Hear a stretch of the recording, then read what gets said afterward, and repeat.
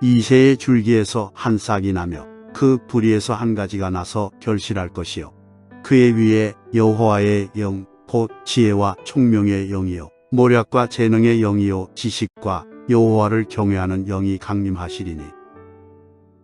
우리가 보통 인사할 때 안녕하십니까 이렇게 인사를 하게 됩니다. 그 외에는 특별히 인사할 말이 없어서 인사는 해야 되겠고 할 말은 없고 그래도 그냥 안녕하십니까 이렇게 인사를 하는 경우가 많이 있습니다. 안녕이라고 하는 이 말이 사전에 보면 아무 탈 없이 편안함이라고 하는 뜻을 담고 있습니다. 그러니까 아무 탈 없이 편안하게 잘 지냈느냐 이런 인사가 되겠죠. 그런데 병원에 입원한 환자에게 예를 들어서 문병을 갔는데 뭐라고 인사해야 됩니까? 딱히 인사할 말이 없다고 합니다. 그렇다고 안녕하십니까 라고 말을 하기에는 안녕하지 못하니까 그런 경우에 참 애매한 상황들을 우리가 많이 보게 되었습니다. 어떤 변호사가 감옥에 가 있는 구치소에 있는 그 용의자를 변호하기 위해서 찾아가서 인사를 하는데 안녕하세요 이렇게 인사를 하니까 그 죄수가 안녕하지 못합니다 이렇게 말을 하더라고요. 안녕이라고 하는 말이 우리 나라에서 쓰는 인사말인데 이스라엘이라고 하는 나라에서 쓰는 인사말은 샬롬이라고 하는 말입니다. 이 말을 우리 말로 번역을 하면 평안, 평화 이런 뜻을 담고 있는데 그래서 우리의 안녕이라고 하는 말과 비슷하다고 하는 겁니다. 그래서 우리가 안녕하십니까 라고 말하는 것처럼 이스라엘 사람들도 샬롬, 다시 말하면 평안하십니까 이렇게 인사를 한다고 하는 거죠. 이 두 나라의 공통점이 있는데 그 공통점은 외세의 침략을 많이 당했다고 하는 것입니다. 소강대상 마이크를 좀 꺼주셔야 될 것 같아요. 우리나라가 5,000년의 역사를 가지고 있다고 하는데 약 900번 이상의 외세의 침입을 당했다고 합니다. 이스라엘도 못지않게 많은 외세의 침략을 받아왔는데 오히려 우리나라보다도 더 많은 침략을 받은 민족이 이스라엘입니다. 지금도 이스라엘은 끊임없이 전쟁이 계속되고 있습니다.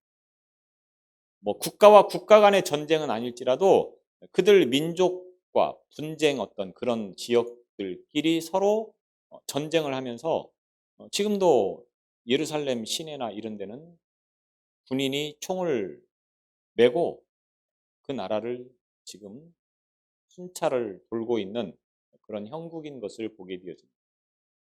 그래서 어떻게 보면 안녕, 평안이라고 하는 말이 어쩌면 가장 적절한 인사말이 될지도 모르겠습니다. 그래서 우리는 만나면 안녕하십니까? 밤 사이에 별일은 없으십니까? 이런 의미와 뜻을 담아서 안녕하십니까? 이렇게 인사를 하는데 사실 어떻습니까? 여러분에게 안녕하십니까? 이렇게 인사를 하면 여러분은 정말 안녕하셨습니까? 안녕하지 못할 일들이 훨씬 많죠. 지금 우리가 살아가는 사회가 어떤 사회입니까? 안녕하고는 조금 거리가 있는 사회를 우리가 살아가고 있습니다. 물론 어느 시대나 다 그랬다라고 이야기를 할지 모르겠지만 지금의 우리 형국은 더욱더 그렇죠. 전쟁, 기근, 이상기온, 또 몇 년 동안은 코로나로 인하여서 많은 스트레스를 받고 많은 일상생활에 제약을 받으면서 우리가 살아왔습니다. 이와 같이 우리가 안녕하지 못한 사회에서 안녕을 기대하고 안녕을 꿈꾸며 살아가고 있다고 하는 것입니다. 과연 어떻게 해야 이 안녕한 사회가 될 수 있을까? 문제는 노력하고 수고해서 해결될 일이 아니라고 하는 겁니다. 우리가 노력한다고 해서 수고한다고 해서 과연 우리의 삶이 안녕한 사회가 될 수 있느냐? 물론 그런 부분도 있을 수는 있습니다. 그러나 그렇지 못한 부분이 훨씬 더 많다고 하는 겁니다. 모든 사람이 다 안녕을 꿈꾸지만 정작 안녕하지 못한 이유는 뭡니까? 노력이 부족해서, 능력이 부족해서 그런 부분이 아니고 내 노력과 내 능력과 내 수고로 해결될 수 없는 문제이기 때문에 우리가 안녕하지 못한 사회를 살아가고 있다고 하는 것입니다. 하나님께서 이스라엘 백성들을 택하신 것은 그들이 하나님을 믿는 경건한 삶을 살아가면서 나아가 그 하나님을 세상 많은 사람들에게 선포하며 알려주는 그런 뜻을 이루도록 하기 위해서 하나님께서 이스라엘 민족을 택하셨다고 하는 것입니다.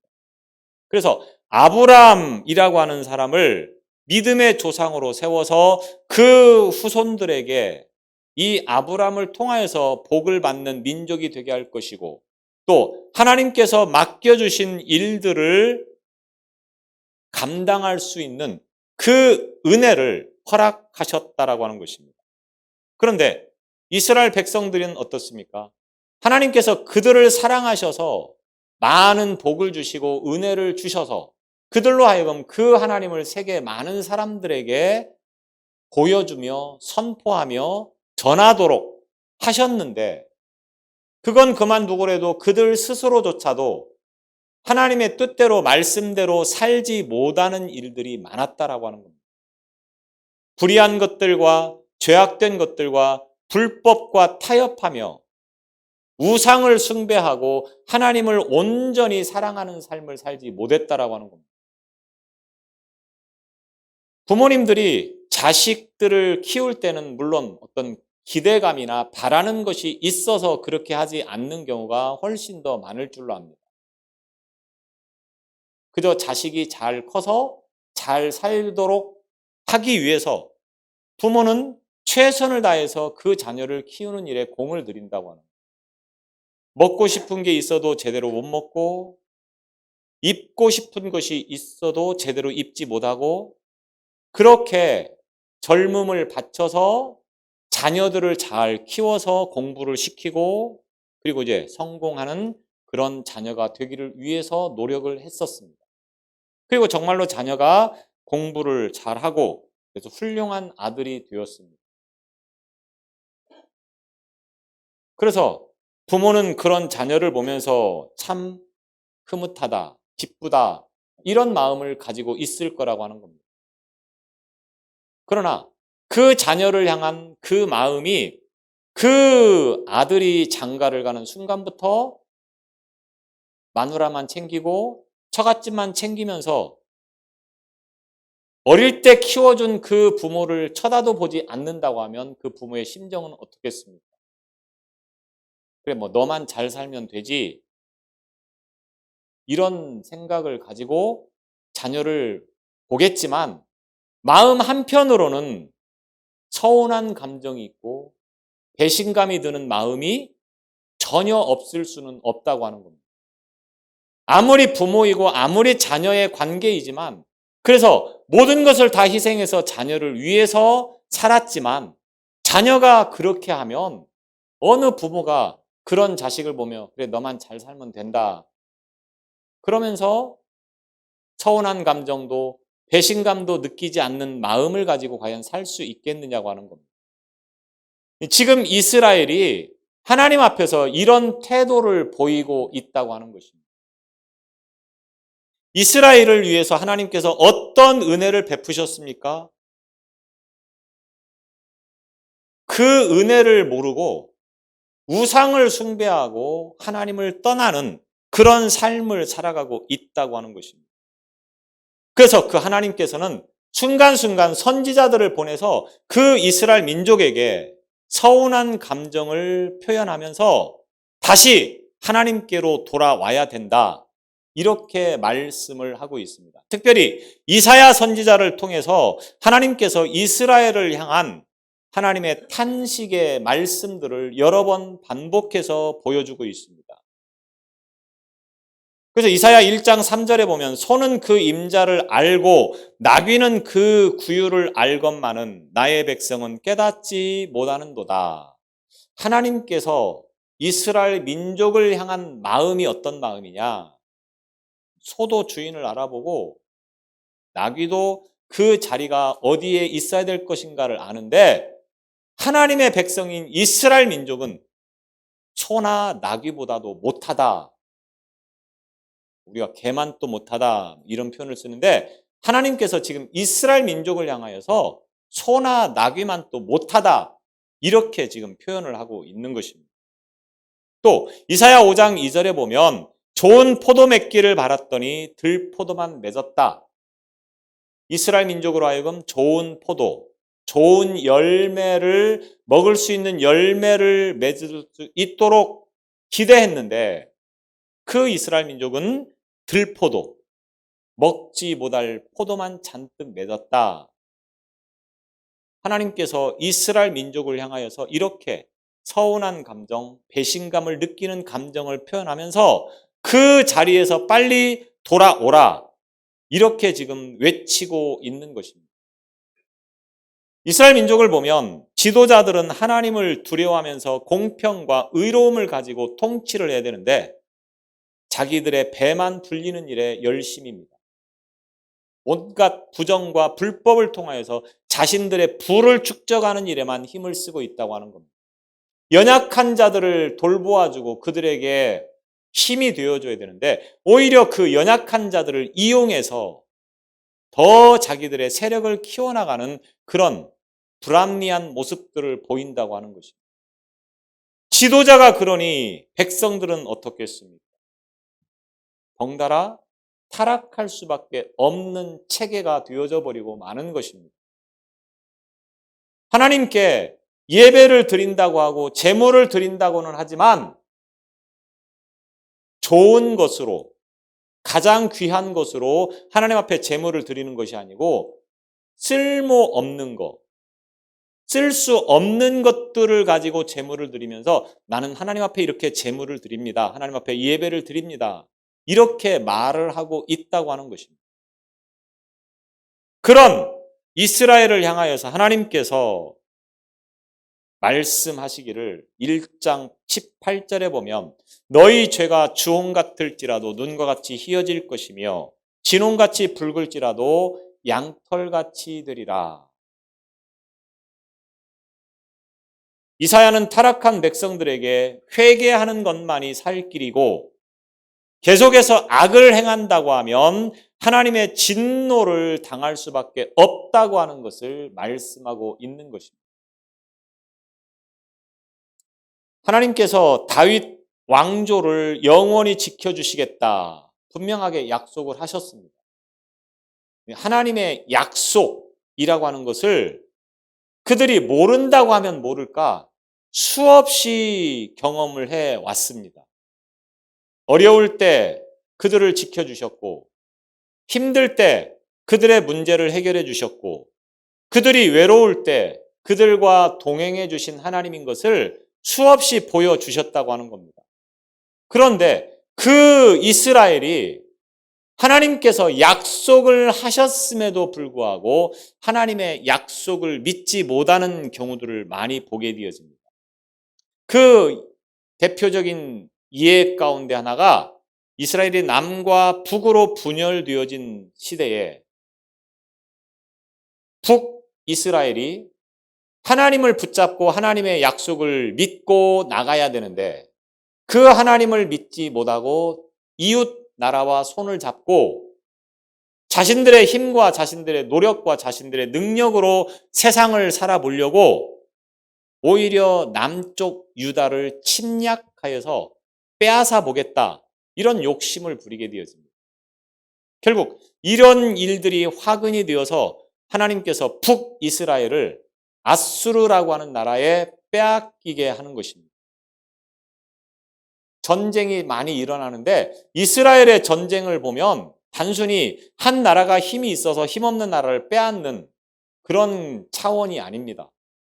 하나님께서 전쟁에 개입하셔서 다시 말하면 이웃 주변 나라들을 들어서 이스라엘을 침입하게 하고 그 이스라엘을 고통 가운데 몰아넣는 것이 전쟁이다. 성경은 이렇게 이야기를 하고 있습니다.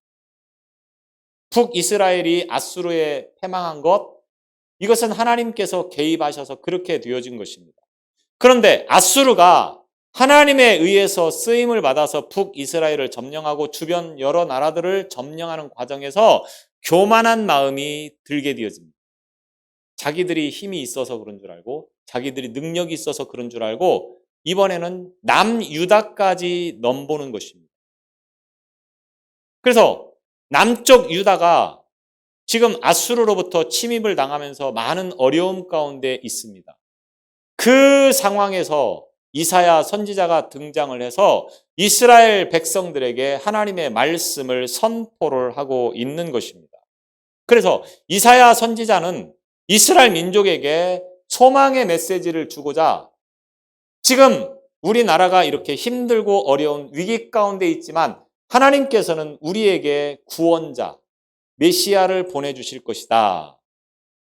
우리가 고통스럽게 평화롭지 못한, 평안하지 못한, 안녕하지 못한 삶을 살아가고 있는데 하나님께서 메시아를 보내셔서 참된 안녕의 삶, 평화의 삶을 살아가도록 은혜를 베푸시겠다. 이렇게 약속을 하시고 있는 것입니다. 그래서 이 이사야서에 보면 메시아를 소개하는 말씀들을 많이 표현하고 있습니다. 2장 1절에 보면 시온으로부터 나올 구원, 또 4장 2절에 보면 여호와의 싹, 또 7장 14절에 보면 처녀가 잉태하여 아들을 낳으리니 그 이름을 임마누엘이라 하리라. 또 한 아기가 우리에게 낳고 한 아들을 우리에게 주신 바 되었는데 9장 6절에 보면 이렇게 말씀하고 있습니다. 또 오늘 본문에서는 뭐라고 말하고 있습니까?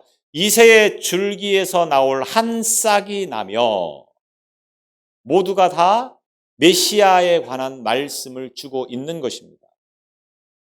6장 13절에 보면 밤나무, 상수리나무가 배임을 당하여도 그루터기가 남아 있을 것이고 그곳에서 한 싹이 자랄 것이라는 예언의 말씀을 볼 수 있습니다. 원래 나무가 잘 자라다가 위에가 병들고 죽어갈 수 있습니다. 그럴 때는 밑에를 잘라버리고 뿌리만 남겨두면 그 뿌리에서 다시 싹이 나게 되는 거예요. 이스라엘이라고 하는 이 나라가 지금 위로부터 백성들까지 썩어지고 부패해서 내버려둘 수 없다고 하는 겁니다. 그래서 싹 잘라버리고, 다시 말하면 외국으로부터 침입을 당하여서 이스라엘 민족이 많은 사람들이 죽고 포로로 잡혀가는 일들이 일어날 것이라고 하는 겁니다. 그런데 그 목적과 의도가 뭡니까? 이스라엘을 완전히 무너뜨리기 위해서가 아니라 그 과정에서도 소수의 믿음을 지킨 자들을 통해서 다시 이스라엘을 세우고자 하는 것입니다. 그래서 오늘 표현에서 뭐라고 말하고 있습니까? 그 뿌리에서 한 가지가 나서 바로 메시아를 가리키는 것이다. 우리는 잘 알고 있습니다. 이사야 선지자가 예언하는 말씀은 뭡니까? 이스라엘 민족의 회복입니다. 회복. 너 이렇게 하지 않으면 죽어. 이 말은 무슨 말입니까? 그렇게 해서 죽으라는 말입니까? 아니면 그렇게 하면 안 되니까 그렇게 하지 말라는 이야기입니까? 우리가 자녀들에게도 이야기할 때 너 그렇게 하면 죽어. 너 그렇게 하면 큰일 나. 이 말은 무슨 말입니까?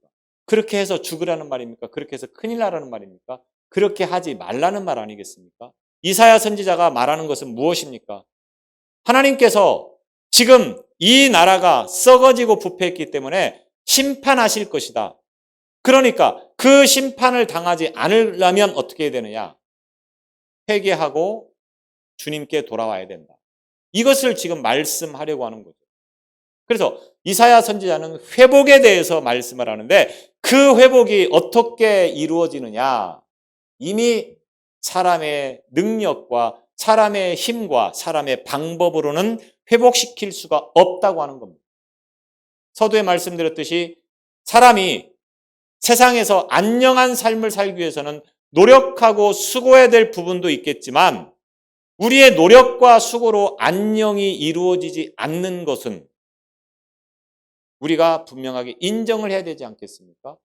그런 것처럼 이스라엘도 썩어질 만큼 썩어지고 부패할 만큼 부패한 이 상황에서 다시 회복될 수 있는 길이 있는데 그 길이 뭐냐? 바로 메시아가 오셔야만이 가능하다고 하는 것입니다. 그래서 그 메시아가 오실 것이다. 이 말을 1절을 보면 이새의 줄기에서 한 싹이 나며 그 뿌리에서 한 가지가 나서 결실할 것이요. 굉장히 쉬운 말을 굉장히 어렵게 했습니다. 우리는 이 말씀을 보면서 이것이 바로 예수 그리스도를 말씀하는 것이구나 잘 알고 있습니다. 왜? 이미 성경을 통하여서 이 말씀이 무엇을 의미하는지를 우리는 볼 수 있었기 때문에 그렇습니다. 그런데 이사야 선지자 당시에는 성경이 있었습니까? 없었습니다. 이사야 선지자가 선포하는 말만 듣고 그 말을 이해를 해야 되는데 이사야 선지자가 이새의 줄기에서 한 싹이 나며 그 뿌리에서 한 가지가 나서 결실할 것이요. 이렇게 말하면 과연 그 이스라엘 백성 가운데 이해할 수 있는 사람이 몇 명이나 있겠습니까? 아마 굉장히 이해하기가 쉽지 않았을 것입니다. 지금 혼란스럽고 어수선한 우리나라가 다시 회복되기 위해서는 구원자, 메시아, 그분께서 오셔서 이 이스라엘을 회복시켜야 된다. 하나님께서 그 메시아, 그 구원자를 보내주실 것이다. 이렇게 말을 하면 참 좋았는데 어렵게 말을 했다고 하는 겁니다. 왜 메시아가 오실 것을 이새의 줄기에서 나온다 이렇게 이야기를 했겠습니까? 우리는 성경을 통해서 이새가 누구인지를 잘 알고 있습니다. 물론 모르시는 분도 계시겠죠. 이새가 누굽니까? 그 유명한 다윗의 아버지입니다. 오늘 굉장히 새로운 것을 배우셨습니까? 이새에게는 8명의 왕이 있는데 그 가운데 다윗이 마지막 8번째 아들입니다. 이스라엘 사람들은 다윗 모르는 사람 없습니다. 굉장히 유명한 사람입니다. 그리고 다윗과 같은 왕이 다시 나왔으면 좋겠다. 이런 기대감, 이런 생각을 가지고 늘 살아갑니다. 그래서 심지어는 아들을 낳으면 너는 좀 다윗 같은 사람이 되라. 이렇게 생각하면서 이름을 다윗이라고 지어주는 사람도 있습니다. 그래서 다윗의 줄기라고 말을 하면 아마 많은 사람들이 공감을 했을 줄로 압니다. 그런데 다윗의 줄기라고 말하는 게 아니고 누구의 줄기? 이새의 줄기. 여러분 우리나라 초대 대통령의 이름이 누군지 아십니까? 이승만 대통령입니다. 그러면 이승만 대통령의 아버지 이름을 아십니까? 모릅니다. 그러니까 이스라엘 민족이 다윗 이름은 잘 아는데 이새 하면은 아는 사람도 있을 수 있겠지만 대부분은 모른다고 하는 겁니다. 만약 조선시대나 솔로몬 이후처럼 아버지의 뒤를 이어서 아들이 왕이 되는 시대라고 하면 혹시 아버지의 이름을 기억할 수도 있었겠죠. 그런데 그런 시대가 아닙니다. 다윗은 아버지의 뒤를 이어서 왕이 된 것도 아니고 하나님께서 특별히 양치는 다윗을 왕으로 세우셨다고 하는 겁니다. 그러니까 사람들은 다윗은 알 수 있어도 다윗의 아버지는 잘 모른다고 하는 겁니다. 그런데 이새의 줄기 이렇게 표현을 하고 있습니다. 왜 그렇겠습니까?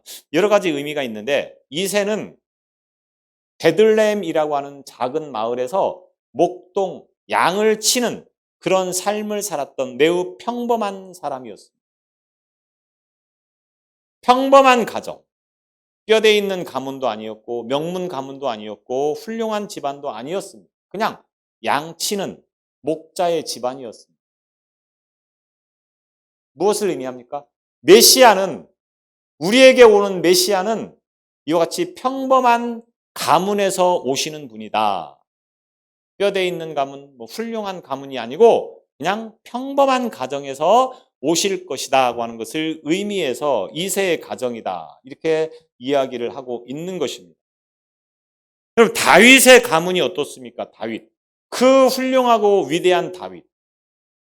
그 가문을 보면 물론 다윗의 가문을 통하여서 솔로몬 같이 지혜롭게 훌륭한 왕도 있었습니다. 그런데 대부분 보면은 훌륭한 사람도 있었지만 망한 사람도 있었습니다. 굉장히 잘한 사람도 있지만 굉장히 못한 사람도 많습니다. 이 다윗의 가문만 이야기를 한다고 하면 사실은 내세울 만한 어떤 그런 큰 이력이 되어지지 못한다고 하는 것을 의미하는 것입니다. 바벨론에 의해서 망했죠. 물론 다시 회복은 됩니다. 회복이 되고도 여러 나라 민족에 의해서 짓밟히는 나라가 이 다윗의 후손될 때에 있었던 일이라고 하는 겁니다. 그래서 다윗의 줄기라고 말하지 않는 것은 다윗의 줄기가 성공한 줄기는 아닙니다. 그렇기 때문에 다윗 같은 훌륭한 왕을 낳았던 원줄기 이세, 그 이세를 말하면서 비록 보잘것없는 가문이지만 하나님께서 그를 통해서 일하시려고 하면 훌륭한 다윗 같은 왕이 다시 날 것이다 라고 하는 것을 말씀하기 위해서 이와 같이 이세 줄기라고 그렇게 이야기를 하고 있다고 하는 것입니다. 하나님께서 유대 백성들의 허물을 인하여서 대적들을 들어서 그들을 징계하시지만 그러나 아주 멸망시킬 의도는 없었습니다. 앞서 잠깐 말씀을 드렸지만 잘못된 부분을 도려내고 다시 일으켜 세우고자 하는 것이 하나님의 의도였다고 하는 것입니다. 그래서 이새 줄기에서 한 싹이 나며 그 뿌리에서 한 가지가 나서 결실할 것이요. 이렇게 말씀하고 있다고 하는 것입니다. 이스라엘 민족이 하나님으로부터 완전히 버림받는 것이 아니고 그 가운데서도 믿음을 지킨 의로운 하나님의 백성이 있어서 그들을 통하여서 다시 일으켜 세울 것이다. 그가 누구냐? 바로 메시아, 구원자, 오늘 우리가 알고 있는 예수 그리스도라고 하는 것입니다. 그래서 지금의 이스라엘은 예수 그리스도께서 오셔야만이 회복될 수 있다. 이런 말씀을 주시고 있는 것입니다. 안녕하지 못한 사회에 예수 그리스도께서 오셔야만이 안녕한 삶을 살 수 있다. 이렇게 말씀을 하고 있는 것입니다. 여러분의 삶이 안녕하지 못하십니까? 그렇다고 하면 그 안녕하지 못한 삶은 예수 그리스도가 없어서 그렇게 된 것이라고 이해하시면 될 것 같습니다. 그러면 그 메시아, 그 예수께서 어떤 분이시냐? 2절을 통해서 그분이 어떤 분이신가를 말하고 있습니다. 그의 위에 새로 오실 구원자, 새로 오실 메시아의 위에 여호와의 여호와의 영이 임하신다고 하는 것입니다. 그 여호와의 영이 어떤 영이냐? 세 가지를 말하고 있는데 지혜와 총명의 영이다. 이렇게 말씀하고 있습니다. 지혜와 총명의 영, 예수의 지적 능력의 완전성을 말하는 것입니다. 예수님은 완전하신 분입니다. 모르는 것이 없으신 분이고 못하실 것이 없으신 완전하신 분. 그래서 모든 것을 파악하시는 데 있어서 부족함이 없으신 분이 곧 메시아, 예수 그리스도라고 하는 것을 말하고 있습니다. 세상에 여러 가지 학문들이 있습니다. 그런데 그 학문들은 얼마나 세분화되어 있는지 모릅니다. 그래서 각 분야에 정말 뛰어난 사람들이 많이 있습니다. 한 분야를 전문적으로 연구를 해서 그 분야에서는 최고라고 하는 사람들이 참 많다고 하는 거죠. 그런데 그런 사람들이 모든 분야를 다 알고 있는 것은 아닙니다. 그런데 예수 그리스도는 모든 분야를 망라해서 모르는 것이 없으신 능력이 있으신 분이다.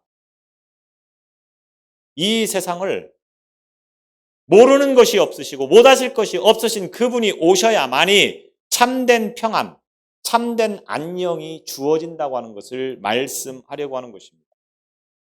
또 그분은 모략과 재능의 영이시다. 이렇게 말하고 있습니다. 모략과 재능의 영. 예수님께 임하는 여호와의 영은 모르시는 것이 없으신 모략의 영이고 못하시는 것이 없으신 재능의 영이라고 하는 것입니다. 완전하신 능력을 가지고 계신 분입니다. 모든 것을 올바르게 수행할 수 있는 능력을 가지고 계신 분입니다. 실수나 부족한 것이 전혀 없으신 분이 바로 예수 그리스도라고 하는 것입니다.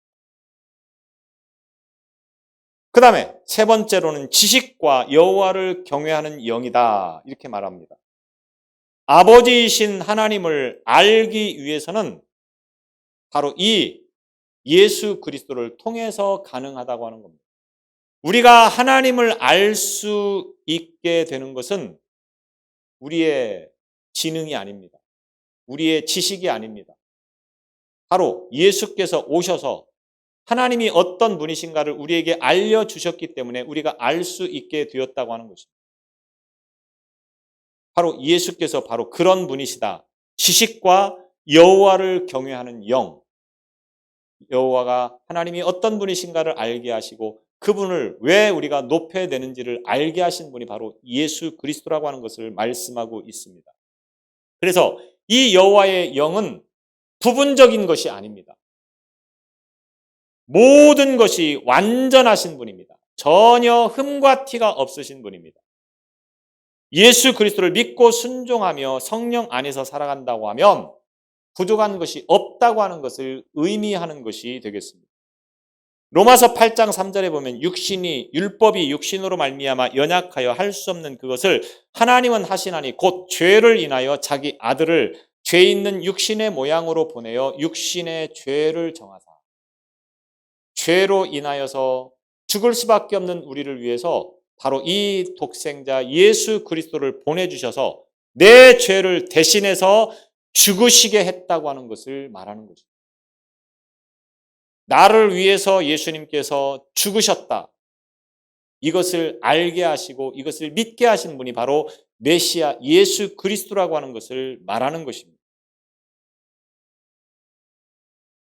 이사야 선지자가 지금 이스라엘 민족을 향하여서 바로 이 메시아가 오셔야, 이 구원자가 오셔야 이스라엘이 회복된다 이렇게 말씀하고 있습니다. 그러면 이사야는 예수께서 오시기 약 700년 전에 이 말씀을 선포했습니다. 우리는 예수님께서 오신 이후에 2000년이 지난 시대에 우리는 살고 있습니다. 그럼 여기서 한 가지 의문.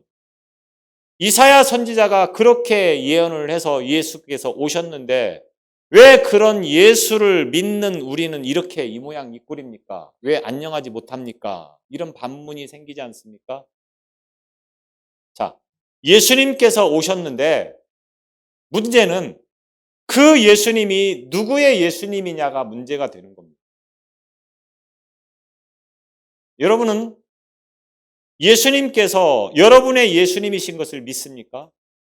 여러분을 위해서 예수님께서 십자가에 죽으신 것을 믿습니까? 그래서 그분이 내 삶의 주인이심을 인정하고 그분과 동행하며 살아가고 있습니까? 그렇다고 하면 그것이 곧 안녕한 삶이 되는 것입니다. 그런데도 나는 아직 안녕하지 못합니다. 그러면 다시 깊이 심각하게 생각해 보십시오. 정말 그 예수님이 내 안에 계신지. 예수님이 내 안에 계시면 안녕할 수밖에 없습니다. 내 삶이 안녕하지 못한 것은 예수님께서 내 안에 계시지 않기 때문에 그렇습니다. 그분이 내 속에 충만하면 분명히 세상은 다르다고 하는 것입니다. 세상 어떤 환경과 상황 때문이 아니라 그분 때문에 내 삶이 안녕한 삶이 된다고 하는 것입니다.